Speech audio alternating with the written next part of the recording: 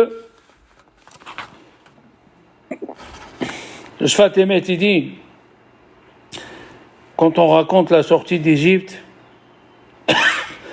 avec toutes les souffrances que les Juifs ont eues, eh bien ça t'enlève les souffrances qui devaient arriver.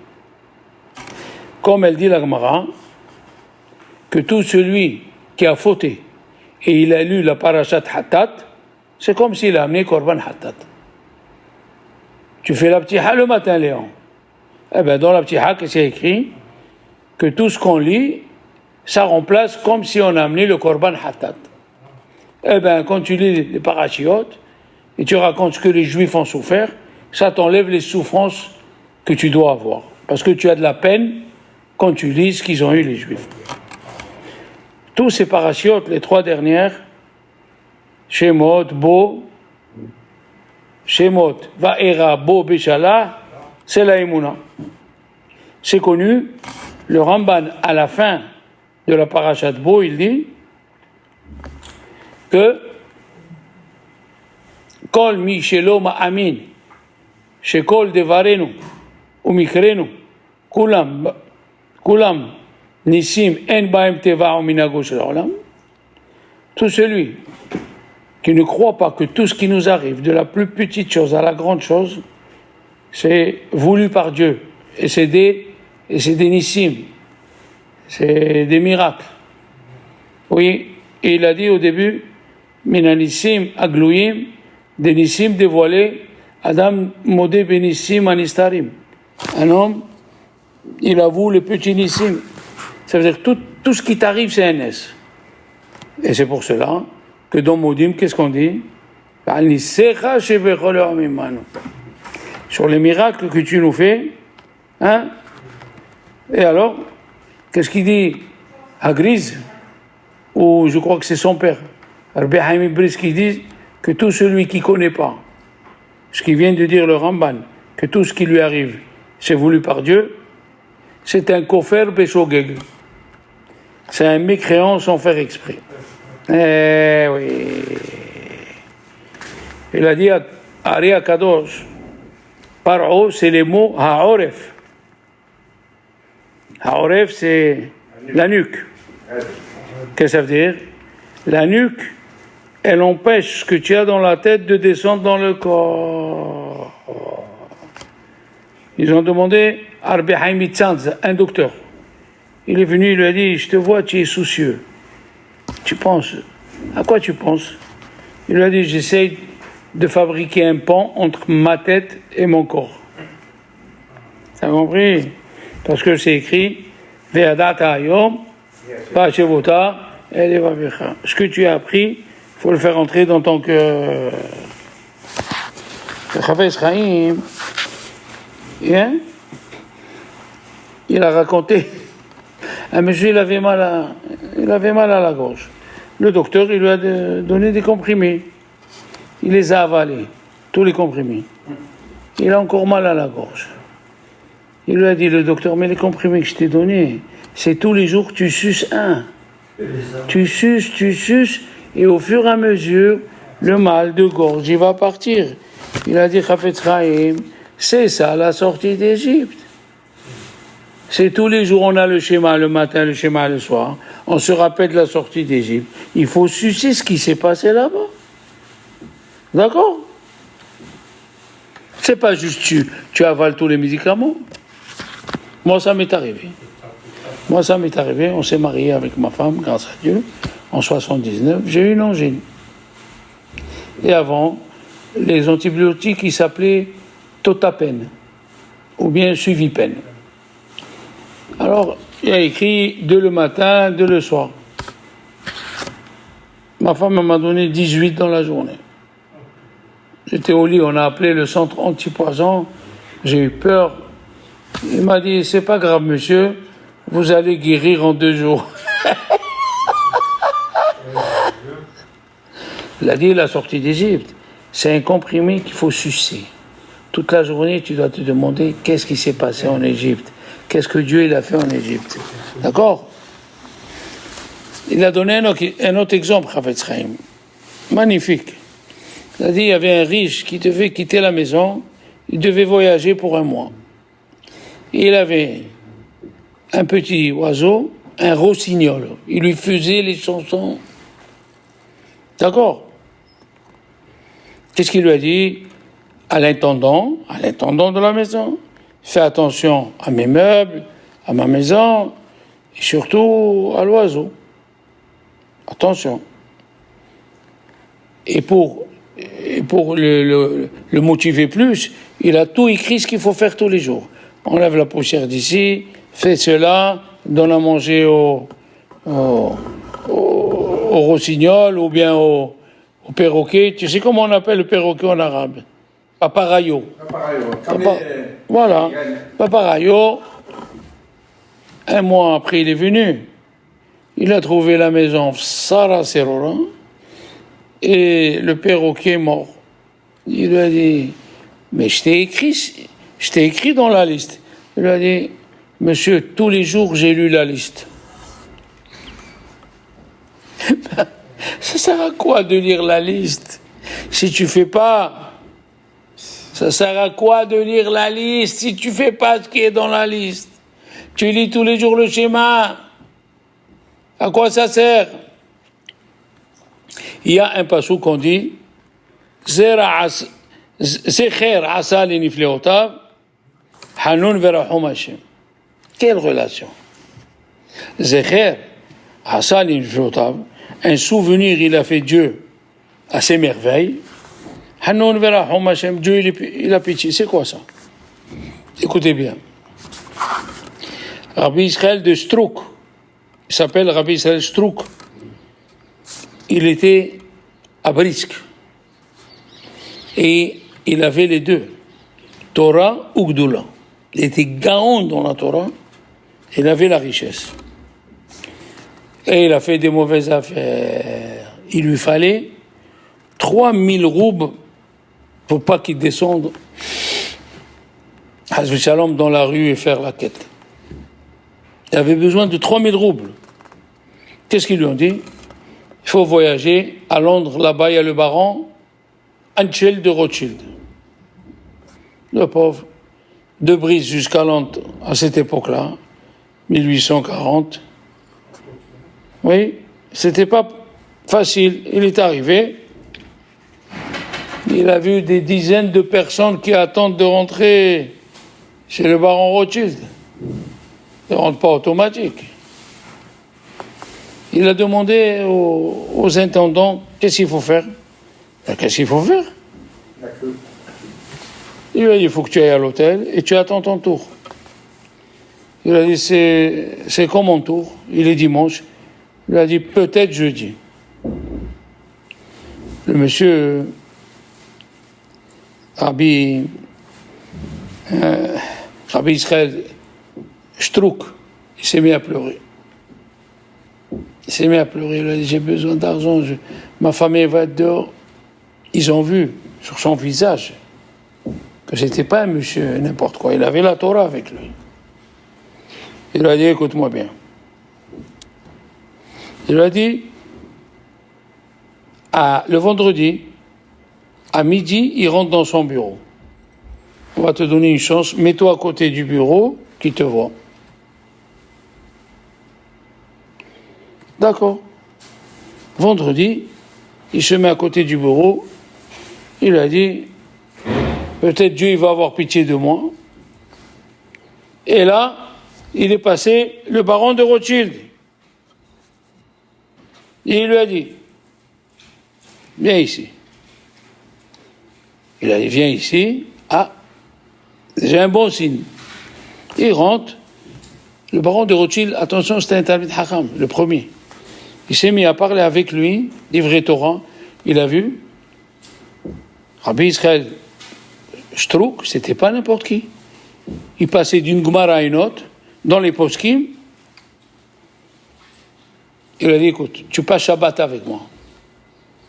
Après Shabbat, à la Havdalah, tu me dis pourquoi tu es venu.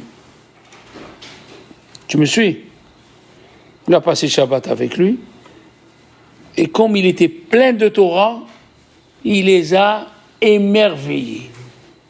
Les Midrashim, les Gmarot, il savait tout par cœur. Samedi soir, il lui dit, voilà, je suis venu pour un prix, sinon ma famille, elle va être dehors. Il lui a dit, le baron de Rothschild, combien tu avais quand tu étais très bien? Tu étais riche, bien, combien tu avais? Il lui a dit, j'avais 10 000 roubles dans le coffre-fort pour faire les affaires. Et là, je suis pris par la gorge.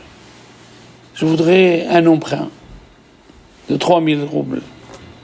Il lui a dit, écoute bien, voilà 10 000 roubles, je te les donne, je ne veux pas d'emprunt. Et il lui a écrit un papier, l'adresse à lui du baron de Rothschild. Alors, il voit l'adresse. Il a dit, pourquoi vous mettez l'adresse? Il lui a dit, la prochaine fois, ne viens pas, ne te dérange pas. Écris-moi une lettre et moi je t'envoie l'argent. Il a dit, c'est ça le pasouk. Zecher asali lifnei otav. Rappelle-toi des merveilles de Dieu. Pourquoi? Hanoun verahum. Dieu il a pitié. Aïe, aïe, aïe, aïe, aïe, aïe. C'est pas joli ça? Il lui a dit, peut-être tu vas faire des mauvaises affaires et tu auras besoin de moi. Eh bien, je serai là. Zecher asali lifnei otav. Oui. Hanoun verahum Hashem. Rabbeinu Yonah de Girondi, mon beau-fils, il est parti sur sa tombe à Gérone, pas en Italie, en Espagne. Il était en 1200, c'était pas n'importe qui. La Gemara, elle dit, dans Brachot, Davbet, et Zéou ben Olam Haba. Qui c'est le monsieur qui a Olam Haba? Hasomer Geoula Litfila. Celui qui colle Baruch Ata Hashem Gal Israël, Hashem Sefatay. C'est quoi ça? Il a collé Baruch Ata Hashem Gal Israël avec Hashem Sefatay. Qu'est-ce que ça veut dire ça? Il a dit quand les Juifs, dans Emet Viasim, on raconte beaucoup d'énissim de la sortie d'Égypte. Hein? Même Israël Galtano, Bet Avadim Piedano, Kol Bechore Marakta. Très bien. Il a dit quand ils voient l'inissim, qu'ils ont eu les enfants dans la sortie d'Égypte, et il fait Kavana, il dit, moi aussi Dieu il peut me sauver. Il lui dit, moi aussi, comme Dieu il a sauvé mes ancêtres, il peut me sauver. Et alors, il colle Baruch Ata Hashem Gal Israël avec Hashem, c'est fatal pour prier Dieu. Il aura la délivrance. Puisque tu crois à ce point-là, c'est ça, Ezéo ben Olam Haba, Hasomer Geoula Litfila. C'est quoi? Habitachon. Il dit Rabbeinu Yonah, la confiance en Dieu, c'est ça le principal. Oui? Maintenant, au début de la paracha, qu'est-ce qu'il écrit? Afin que tu vas la raconter, Be'ozne bincha, aux oreilles de ton fils, ou ben bincha, et aux oreilles du fils de ton fils, et asher it'allalti b'Misraïm. Je me suis moqué des Égyptiens. Oui, vidatem, et vous saurez qui en est Hachem. Qu'est-ce qu'il dit? Tu vas raconter à tes enfants. Est-ce que c'est bien conjugué? Et vous saurez? Ou bien ils sauront? Ils sauront. Ah, merci monsieur. Or, c'est pas écrit comme ça. C'est pas écrit ils sauront. Et vous saurez, vous. Ils ont dit les Chachamim, le Rav de Ponovitch, il a dit, si toi tu crois en Dieu, alors ton fils il croira en Dieu. Je dis d'atem, vous d'abord. Vous d'abord. Comme elle dit la Gemara, on a fait ça avec vous dans Shabbat. Davbet. Hachad Ika Ikar Shabbat. Ici que la Gemara elle parle de Shabbat. Ika Avot. Si on parle des Avot Melachot, Ika Toladot. Il y a les dérivés. Toladot, ça peut se dire les enfants. Et Avot, ça peut se dire les pères. S'il y a les pères qui font Shabbat, alors les enfants ils feront Shabbat. Oui. Hein? Le Rav de Ponovitch, il pose une question que j'avais toujours, mais je ne savais pas la réponse. Qu'est-ce qu'il y a écrit? Ulma'an tesaper be'ozne bincha ou ben bincha. Afin que tu raconteras aux oreilles de ton fils. Pourquoi aux oreilles? Est-ce que moi je vous parle aux oreilles? À la bouche, aux yeux. Est-ce que moi je vous parle aux oreilles? De loin. Vous êtes Hazakobaro. Voilà, tu as bien compris, Léon. De loin, je vous parle. Qu'est-ce que c'est Be'ozni? Il a dit le Rav de Ponovitch. Il y avait tellement de Touma en Égypte que même quand tu parlais, la Touma elle passait, elle enlevait tes mots. Fallait s'approcher jusqu'à côté de l'oreille. Hein? Jusqu'à côté de l'oreille pour que tu écoutes ce que Dieu veut. D'accord? Et c'est ça ce qu'il a dit à Ritbaz. À Ritbaz, il a dit une chose extraordinaire. Il leur a dit, Paro, allez-y servir Dieu, laissez les femmes et les enfants. Pourquoi laisser les femmes et les enfants? On peut nous les influencer à changer d'avis. Mais s'ils vont les femmes et les enfants, qu'est-ce qu'il a dit Moshe? Non, bebanenu, obibnotenu, bebkarenu, obesu. Aridbaz il a dit, Moshe Rabbeinu il a compris le système de parole. Il a compris que si on laisse les enfants et les hommes ils vont aller faire des corbanotes, les Égyptiens ils vont venir parler, comme les Mormons. Ils viennent, ils parlent, ils influencent. Hein? Il a dit, Moshe Rabbeinu, les enfants ils vont avec nous. Les filles vont avec nous et même nos animaux, vous n'allez pas les influencer. On a vu dans le Maboul que même les animaux, ils ont été influencés par leur mauvaise conduite. Il a dit, il faut vivre avec ça. Qu'est-ce qu'il a dit David Ameler? Kol mitzvotecha emuna, sheker redafuni azreni. Toutes tes mitzvot, c'est la emuna, le mensonge me court derrière.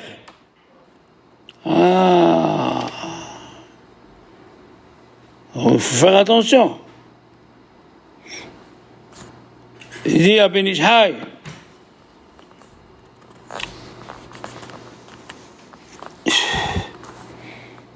il a dit, un Rav, il a dit à son élève, je vais t'amener du chizouk.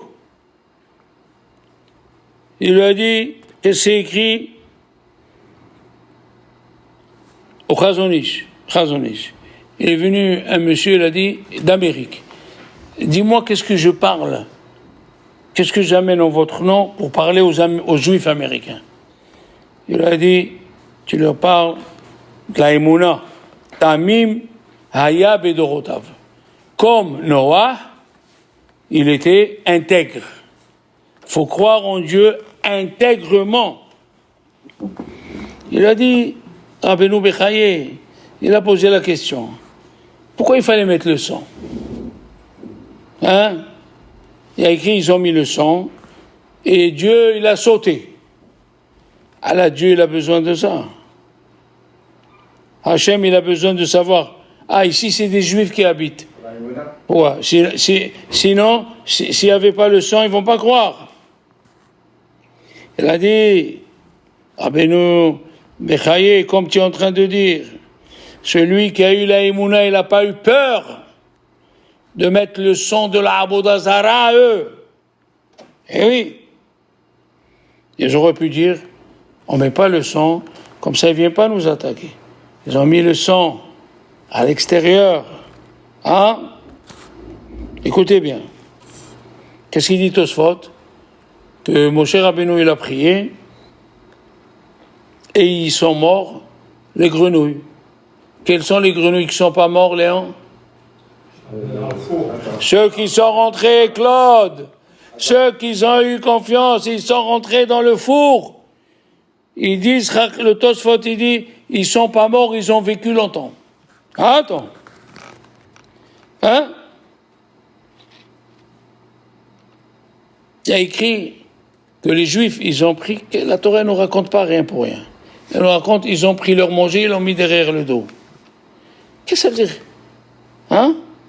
Mish'arotam tserurot al shikhmam. Qu'est-ce que tu nous dis? Ils ont mis derrière le dos. Chaque détail. Ils ont dit, les Chachamim sont venus nous raconter la force des enfants d'Israël, qu'ils n'ont pas fait attention qu'est-ce qu'ils vont à manger, qu'est-ce qu'ils vont amener à manger avec eux. Ils ont eu une émouna que le prophète il dit, Zacharti la chesed neoraich, avat kelulutaich, lechtecha harech bamidbar, tu es venu avec moi dans le désert, be'eretz lo zeroa, il n'y avait rien de quoi manger. D'accord? Et là, le Maharil Diskin, il a dit une chose. Quand Dieu s'est apparu à Moshe, qu'est-ce qu'il lui a dit? Dans le buisson. Shal ne'alecha me'al arglecha. Enlève tes chaussures. Pourquoi? Oui, mais pourquoi? Parce que Dieu, il a maudit la terre. Mais quand Dieu, il apparaît dans un endroit, il y a la bénédiction. Alors, tu enlèves tes chaussures. Qui c'est qui a enlevé les chaussures au-dessus, Léon? Il y a quelqu'un qui a enlevé. Les Kohanim au Beth Amikdash. Oui, il marchait toujours bien. La question, elle est, le soir de Pessah, oui, il y a eu la Shekhinah. On va le lire dans la Haggadah. Comment c'est écrit Na'alechem beraglechem? Les chaussures dans vos pieds. Alors là, ici, la Shekhinah, elle était là. Voilà. Il fallait enlever les chaussures. Oui, et là avec la Shekhinah, avec les choses et avec... Alors comment ils ont laissé les chaussures? Voilà. Il a dit le Maharil Diskin. Dieu, il a dit qu'il reste avec les chaussures, je m'en fiche. La émouna qu'ils ont eu en moi, je m'en fiche de ma Shekhinah. La émouna qu'ils ont eu en moi, elle est tellement forte, ils peuvent rester avec les chaussures. Nora de Givort. Nora de Givort. Écoutez bien. À Rambam, à la fin de Masechet Berachot, qu'est-ce qu'il écrit à Rambam? Là-bas, ça parle d'un sujet de Emouna. Et il a allongé 4 pages. Il a dit, il ne faut pas t'énerver contre moi.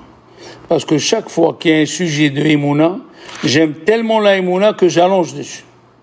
Regarde ce qu'il dit à Rambam. Rambam. À Rambam, il a fait Pirouche à Mishnayot. La dernière Mishnah, des kilomètres. Pourquoi? Il a dit, parce que j'aime parler de la Emouna. D'accord? Hein?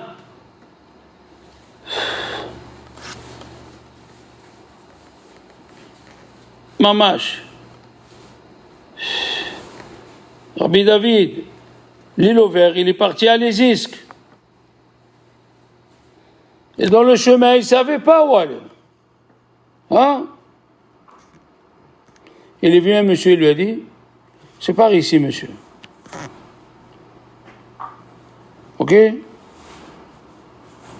après, il ne savait pas où manger. Il est venu un monsieur, il lui a dit, ici tu peux manger kasher. Jusqu'à qu'il est arrivé à Lézisk. Rabbi Elimelech de Lézisk, il a reçu.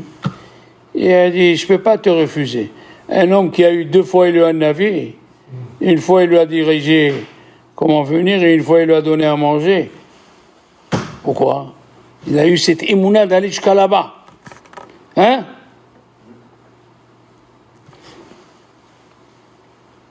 Qu'est-ce que nous dit la Torah dans la plaie de l'obscurité?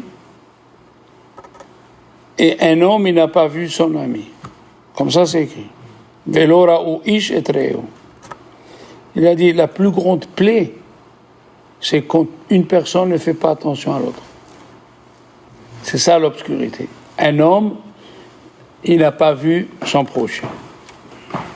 Mamash. Rabbi David, l'île au vert, c'était un grand tzaddik. Pour avoir la Matzah Shmora préparée peut-être 6 mois avant. Et qu'il a suspendu le blé, après il fallait le trier. Il est venu un pauvre, la veille de Pessah. Il lui a dit, Arabe, j'ai pas de matzot. Il lui a donné ceux que ça fait 6 mois il est en train de se tuer pour. Elle lui a dit, sa femme, comment? Il lui a dit, dans la mitzvah des matzot, c'est écrit, Ushmartem et ta matzot.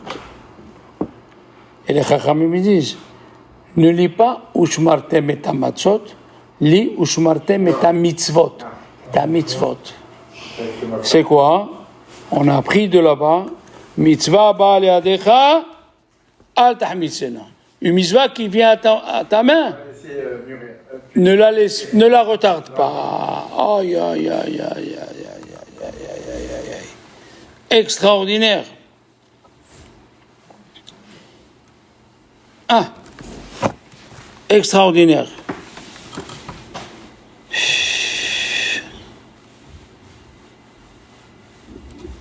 Il a dit, Akadosh Baruch Hu, Daberna be'oznei ha'am, ve'yish'alu ish et re'ehu.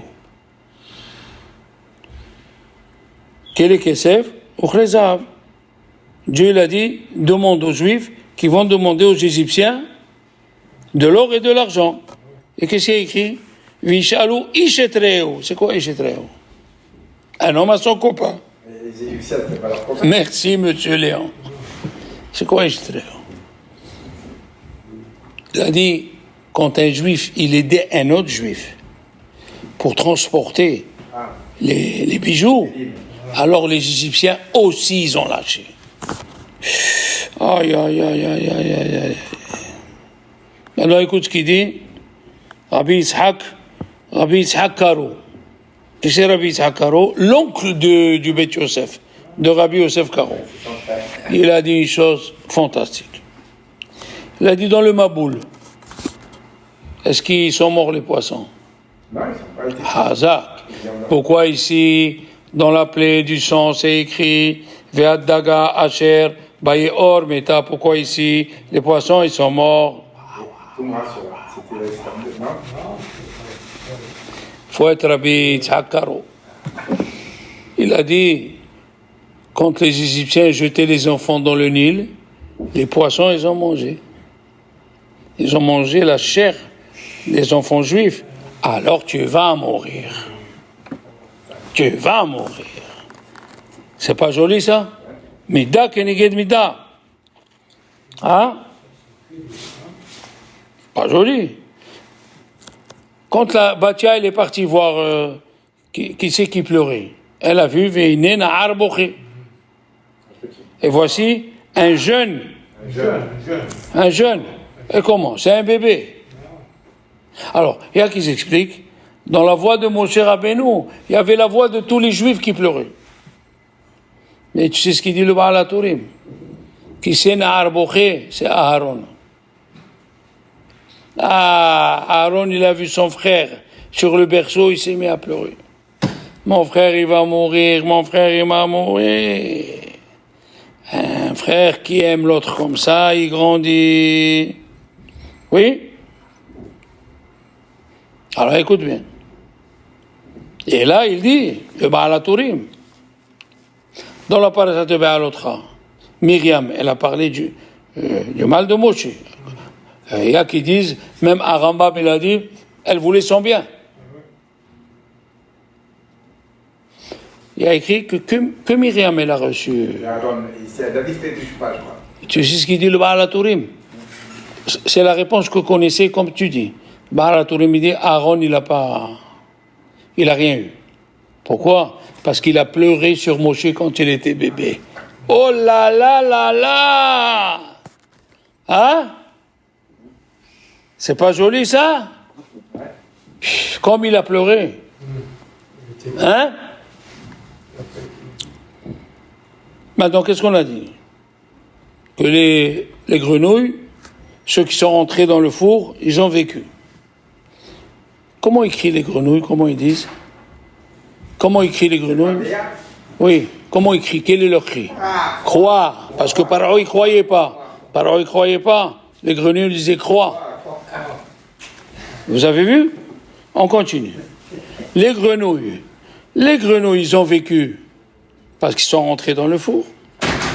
Le chien, il a eu une bénédiction qu'il faut lui donner à manger toute sa vie. D'accord? Maintenant, ils disent les Chachamim, attends, que le Hamor,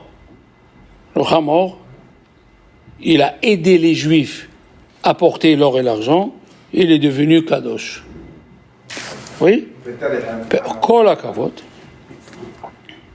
Alors, ça veut dire même un animal qui pousse son dos pour aider quelqu'un, il devient Kadosh. Maintenant, la question, elle est, écoutez bien.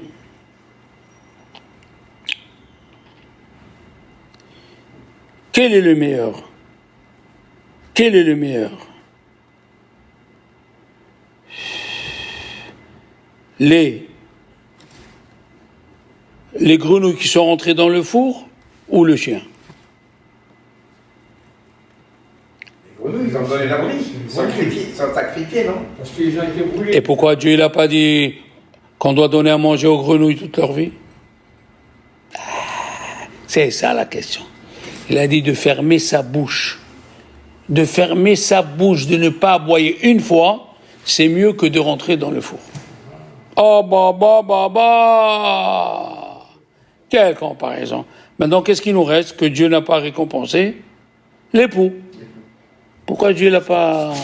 Il n'a rien dit pour l'époux. Vous savez pourquoi? Parce que l'époux, ils ont piqué les Juifs aussi. Eh oui. Elle était filine de la tête, elle était filine de la main. Écoute bien cette réflexion, elle est fantastique. Fantastique. Donc tous les membres que Dieu nous a donnés, ils sont égaux. Les yeux, égaux. Les oreilles, égaux. Les narines, égaux. Pourquoi dans les mains, la Torah, elle a dit, la main gauche, elle est faible.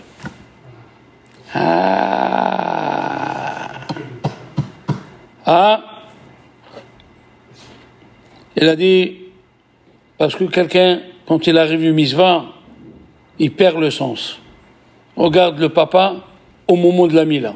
Il ne sait pas quel mohel, peut-être il va bouger la main, peut-être, on ne sait pas, on a peur. Hein. Et vient la Torah, elle a dit, je suis là pour aider la main faible. Je suis là. Oui.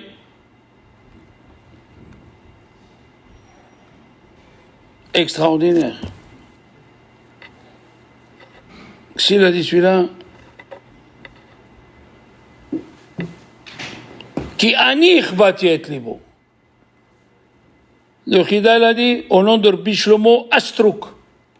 C'est moi qui lui ai endurci le cœur. Dans le Nahal Kidumim. Qu'est-ce que ça veut dire? Même que je lui ai endurci le cœur, il peut faire tes choses. Shabbat Shalom, mes amis.